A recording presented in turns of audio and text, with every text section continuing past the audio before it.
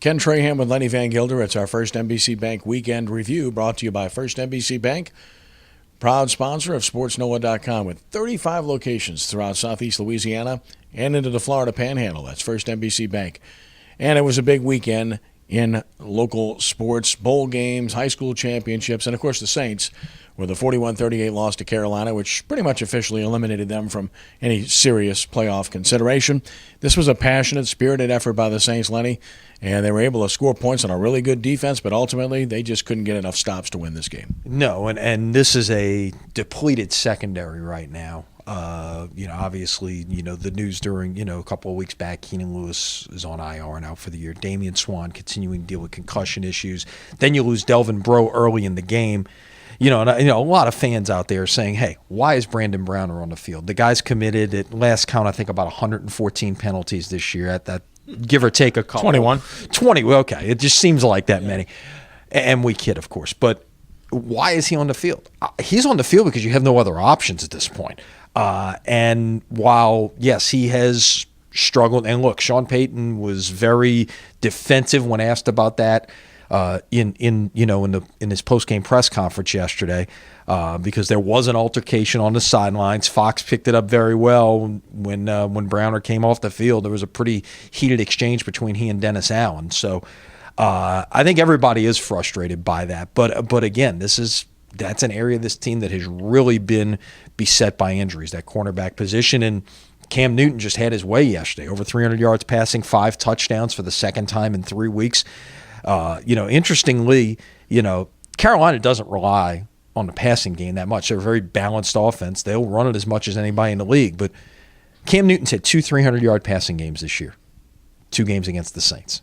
No one else has he thrown for 300 yards against all season long, and they're 12-0, so they're getting it done, and it'd be interesting to see if this team can run the table. It would have been a lot more, but Ted Ginn can't catch the ball, so fortunately for the Saints, it could have been worse, but it wasn't, and it was a good effort, and they are depleted in the secondary, but the fact of the matter is that based on the balance of what we've seen, maybe the 2 worst free agent signings over the last 2 years in the NFL were made by the Saints, and both of them were in the secondary, and that's what they're left with. So they move forward, and Tampa Bay coming up next, and they beat Atlanta, and they're playing better and better, so it doesn't get any easier for the Saints. The Pelicans are back in action tonight at home against Boston, a fair to Midland team that's well coached, and the Pelicans are coming off of certainly their biggest win of the year against the Cavaliers in overtime. It was a terrific game, and the one thing to me is, obviously it's when you're talking about the Cavs, you're talking about LeBron. He took over that basketball game in the fourth quarter and basically put that team on his shoulders and brought them back from a 13-point deficit in the final 7 minutes.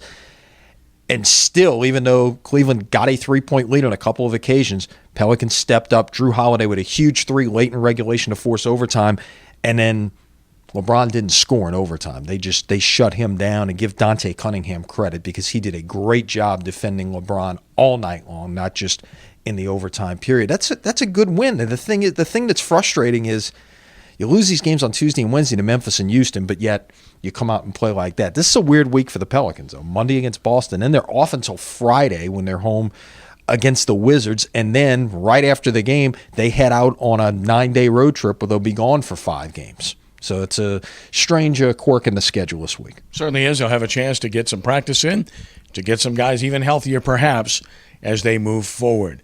Of course, in college football, the bowl picture is cleared up. We know who's going where. Oklahoma State is coming here to play Ole Miss in the All-State Sugar Bowl. That's a good matchup for the Sugar Bowl. Should produce a windfall in terms of attendance, and I think a good ball game.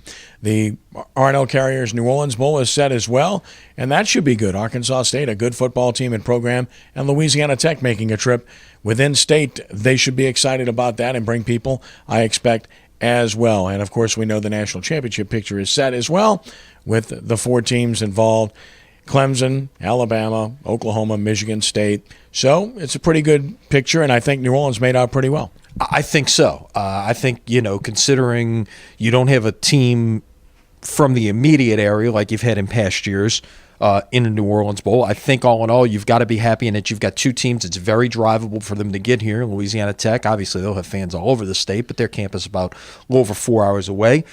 Arkansas State, straight shot down I-55, about 7 hours away from here. They're about an hour north of Memphis. So, yeah, people can get here easy, and that's a good thing. And I think you look at the same thing with Oklahoma State and Ole Miss as well. I know the Ole Miss fans, of course, they haven't been here since 1970 when our friend Archie Manning was still playing. And you go back even further than that with Oklahoma State. So it's I think it's good for both bowls. And you mentioned a national championship. I think the four teams were no-brainers. At that point, it was just a matter of how it was all going to shake out, and it shapes up to be an entertaining semifinal, and then we'll see how the championship game comes out on January the 11th. High school football, congratulations to Southern Lab, Notre Dame, Parkview Baptist, and Catholic of Baton Rouge for winning state championships on the select side. It was a good weekend, 3 really good football games with the 4, and then 5 championships coming up this weekend with 4 teams from our area that are in it, including a rematch between Letcher and St. James in 3A. Edna Carr back to the Dome. They'll play Neville in 4A, and, of course, in 5A, John Ehret, first time since 1985, and the Patriots will face a very tough customer in Zachary, and we look forward to that. Should be fun, and obviously you're going to have an area winner with St. James and Letcher playing each other. You mentioned it's a rematch. But in a way, it isn't either, because the first time they played, there was no Lowell Narcisse on the St. James side. Now he's back. They got sort of a week's rest in all of this with all the craziness in the Amite situation. But that figures to be an entertaining game, and I would think well attended. That I'd be interested to see if the 3A game draws a bigger crowd than the 5A game. I think it's got a chance to, with the passion of football in the river parishes, and you get those two teams, those two rivals for so many years, now going to face each other with a state championship on the line. But hey, look, Ehret and Zachary, obviously New Orleans against the Baton Rouge area, both teams from down this way should attract a very big crowd at 5A. Friday night, we'll have the final edition of The Original live from the Mercedes-Benz Superdome from 6:05 until 11 on WGSO 990 AM. And then Saturday, it's wall-to-wall. It's all day. 10 a.m., the 3 Tailgaters show, Ed Daniels, Ray Gailey, and yours truly on WGSO. And then 3 consecutive game broadcasts, the 3A, 4A, and 5A games, all on WGSO 990 AM. So we'll be on the air from like 10 in the morning till about 11 at night. Your basic marathon. Bring your hot tea. I'm going to do that. We look forward to it. And don't miss Sports NOLA TV, Monday night, 6 p.m. We'll talk about all the things we just discussed. You'll want to watch that. You will enjoy it, I am sure. And that about does it, I think. I think that's it. We'll see you later this week, and we can get ready for a great high school football weekend. Look forward to it. Thanks, Lenny.